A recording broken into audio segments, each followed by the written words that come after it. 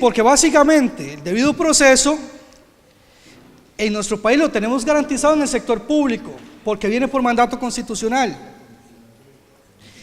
Este cambio tiene una trascendencia enorme en el sector privado, porque allí, salvo casos muy excepcionales, no hay normativa interna que garantice el debido proceso.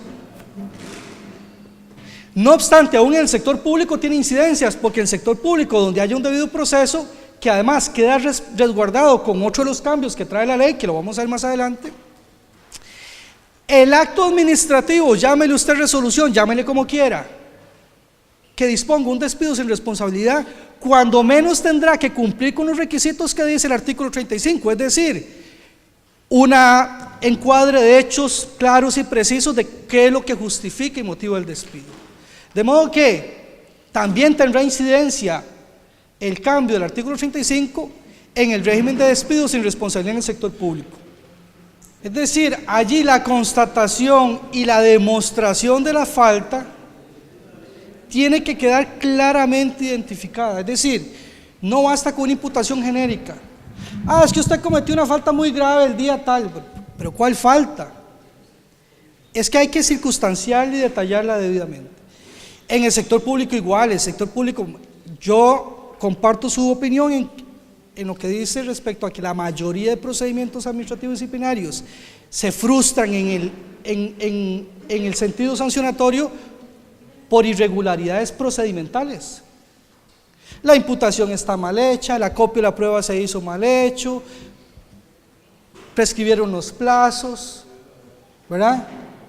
La resolución final está mal hecha y al final, por control de legalidad, todo eso se viene al suelo porque no cumple con las garantías del debido proceso.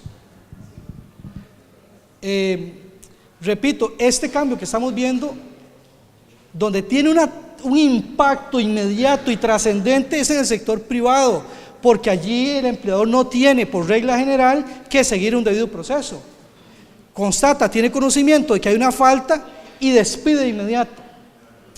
Ahora, la formalidad que la ley le exige a la carta de despido, en buena medida, se vuelve como un conato de debido proceso, porque cuando menos le exige al empleador documentar en debida forma en la carta de despido cuál es la falta que yo cometí.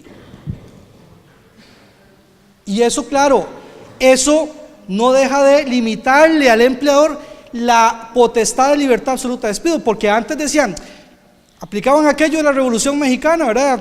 Fusílelo y luego averiguamos. Decían, no, despídelo y luego vemos, si presenta la demanda y vemos cómo contestamos. Hoy en día ya eso no lo pueden hacer, porque tiene que estar debidamente circunstanciado el hecho que motiva el despido en la carta. Hemos visto experiencias principalmente, digamos, con las grandes empresas transnacionales de la piña, el banano, la palma o la caña, que las leyes se ven burladas porque utilizan una figura que es la subcontratación, y en la subcontratación, por ejemplo, los que se quieren sindicalizar, lo primero que hacen es cortarlos y queda impune eso, es decir, no hay quien al fin y al cabo pueda controlarlo. ¿Cómo funciona en ese sentido con ese? Sí, es una pregunta importante. Lamentablemente en este país no tenemos realmente regulación en materia de no solo de subcontratación, sino todas esas modalidades de la descentralización productiva, suministro de mano de obra, subcontratación, empresas de trabajo temporal y demás. Eso es una de las reformas pendientes. Yo les decía, el código nuestro es promulgado en el año 43. En el artículo 3 define qué se considera intermediario y qué se considera contratista.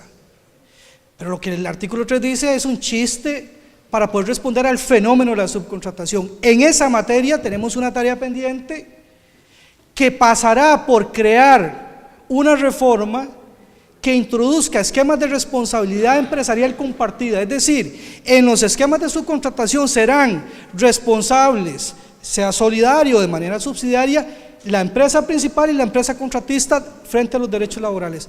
Pero eso es tarea pendiente, lamentablemente no hay cambios en eso. con esta cuestión de los tratados de libre comercio, muchas empresas que vienen acá en nuestro país tienen ciertas situaciones privilegiadas, inclusive que nuestra legislación nacional no puede intervenir porque son situaciones que las resuelven árbitros a otro nivel. ¿Cómo se ve ahí la ley con respecto a la gente que labora para un tipo de empresa? No, miren, vamos a ver, nuestro código, y eso lo vino a reforzar la ley de reforma procesal laboral. La legislación costarricense le da competencia plena a los tribunales costarricenses para resolver todos los reclamos laborales que tengan que ver con relaciones laborales donde haya un costarricense. Incluso usted es contratado por una empresa transnacional para prestar un servicio fuera del país y surge un conflicto laboral, usted puede plantear ese reclamo en los tribunales costarricenses. Sí, el TLC lo que planteó es un sistema de arbitraje y demás para atender reclamos de índole laboral cuando el país como tal incumple la legislación laboral. Pero eso es otro nivel, digamos, no al nivel que lo estamos viendo. Estimado Esteban, quiero hacerle una preguntita, una consulta.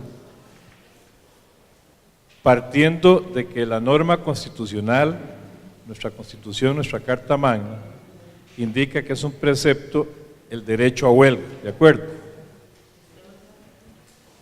Tenemos escasos 5 meses de que el Código Procesal Laboral ha entrado en funciones. Dentro de estos 5 meses, bueno, ¿qué actividad de huelga hemos tenido?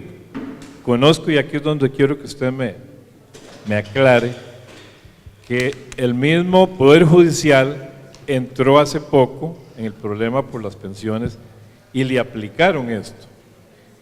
Y no salieron muy bien librados en el Poder Judicial. Entonces yo creo que todavía, bueno, es una apreciación muy mía, todavía no podemos dar una valoración o evaluación de cómo se irá a aplicar el nuevo Código Procesal Laboral, porque habrán situaciones, y usted aplicaba ahí o indicaba que muchos han dicho, dentro de eso yo lo creo, se decía que había que pedirle permiso al patrono para hacer una huelga. Y eso, huelga es huelga, ¿no? Si hay una huelga, es huelga. Y que los patronos incluso podían paralelamente formar ahí alguna, no se me escapa el término, para eliminar un conato de huelga dentro de la empresa. Tal vez no pase mucho en la entidad pública, porque estamos mayormente protegidos y organizados. Pero en la empresa privada, compañeras y compañeros, esto es un mito, para mí es un mito, y siguen haciendo los empresarios, sobre todo los fuertes, lo que les venga en gana, habiendo Código Procesal Laboral o no habiendo Código Procesal Laboral. Yo quisiera que usted me explicara eso, a ver si estoy equivocado. ¿Cuál es su nombre, en lo del perdón? Poder Judicial. Carlos Vindas. Don Carlos, no, con mucho gusto. Lo que pasa es que usted se me adelantó mucho. El tema de la huelga lo vamos a ver, y cuando lo veamos abordamos la inquietud suya, muy válida desde luego, pero permítame responderle cuando veamos la huelga, porque si no nos adelantamos y perdemos un poco, por lo menos yo pierdo el orden y termino aquí hablándoles de platillos voladores, ¿sabe? Uno de los temas que más discusión ha suscitado la reforma tiene que ver con la prohibición de la discriminación en el trabajo. Y aquí de entrada diré que se ha dicho cosas que no son ciertas. Una de las cosas que se ha dicho de la reforma es que esta ley vino a ampliar las causales de discriminación que tenía nuestra legislación laboral. Eso no es cierto. Claro que si hacemos una lectura compaginada entre lo que dice el artículo 618 del Código Viejo con lo que dice el actual artículo 404, pareciera que sí hubo una ampliación sustantiva de lo que entendemos por discriminación laboral. ¿Por qué razón? Porque el artículo 618 decía que se prohibía toda discriminación en el trabajo por razones de edad, etnia, género o religión. Daba esas 4 causas de discriminación. Y muchos malentendían que cuando hablábamos de discriminación en el trabajo, nos referíamos a discriminación por cualquiera de estos 4 motivos.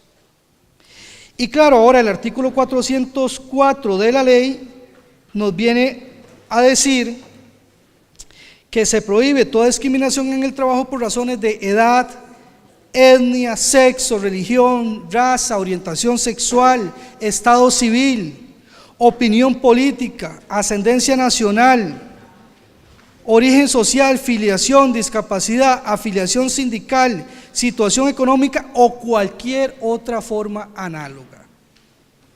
Pues claro, ustedes leen el 404, comparándolo con el 618, dicen, pues claro que amplió muchísimo el catálogo de conductas discriminatorias.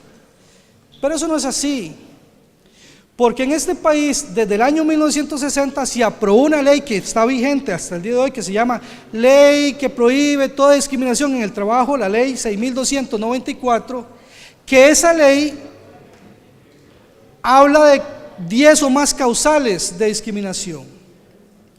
Y al año siguiente, en 1961, el país suscribió el convenio 111 de la OIT, que es el convenio macro, así, que regula la discriminación a nivel internacional, y ese convenio enuncia 8 o más causales de discriminación. Y ya eso era legislación costarricense. Lo que pasa es que al andar dispersa en leyes y convenios, muchas veces hasta los mismos jueces de trabajo los desconocían, y entonces se quedaban pensando que cuando hablábamos de discriminación estábamos hablando únicamente del artículo 618 del Código de Trabajo. Pero eso no es así. La ley lo que ha hecho es sistematizar, es decir, se trajo al 404 todo el catálogo de conductas discriminatorias que está en el ordenamiento jurídico costarricense disperso en otras normas. Lo sistematizó. Incluso consecuencias que trae la nueva ley en materia de discriminación, por ejemplo en el sector público, donde se establece que si una persona, un funcionario o funcionaria sufre discriminación, el acto administrativo se debe anular por completo. Por ejemplo, un nombramiento que culmina todo un proceso de selección y demás, y si en ese proceso hubo de por medio alguna conducta discriminatoria, el proceso termina nombrando en propiedad a Esteban Calvo, pues Esteban Calvo, ese nombramiento habrá que anularlo y echar todo para atrás hasta subsanar el vicio de discriminación. Pues eso lo dice la ley del año 60. Es decir, eso no es que lo creó la nueva reforma procesal laboral.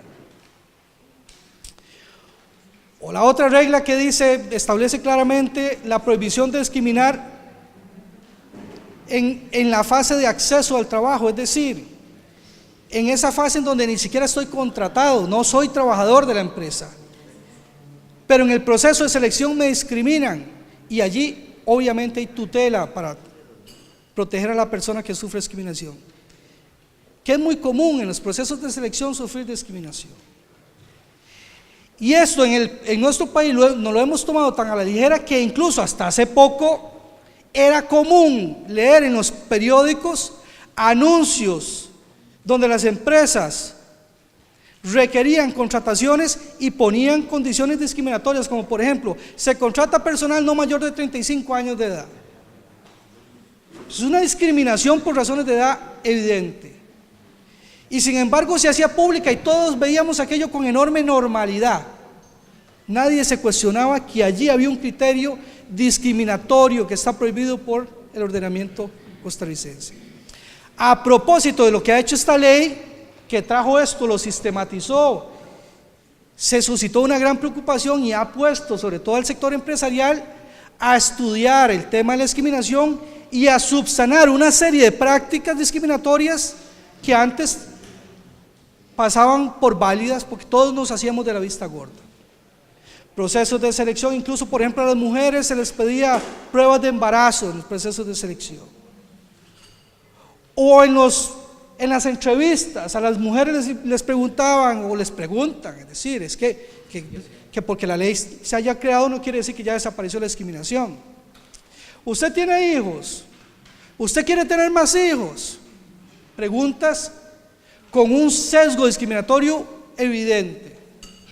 Bueno, a propósito de lo que ha hecho esta ley, las empresas ahora están cuidando más los procesos de selección para no caer en prácticas o conductas discriminatorias burdas como esas. Repito, eso no quiere decir que ya estamos vacunados contra la discriminación, desde luego que no.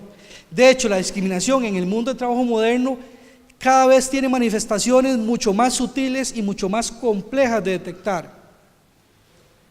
Y es un desafío que tiene el mundo del derecho del trabajo poder atender el problema de la discriminación laboral. Lo cierto es que esta reforma sistematiza mejor la regulación en materia de discriminación y trae un cambio que, en mi opinión, es el cambio verdaderamente importante en esta materia. Eso decía, en el sector público contamos con ese mecanismo. Yo en el sector público sufrí discriminación y podía ir a la sala. No obstante, desde hace algún tiempo para atrás, la Sala Constitucional ha venido cada vez más restringiendo los criterios de admisibilidad del recurso de amparo para tutelar problemas de empleo público.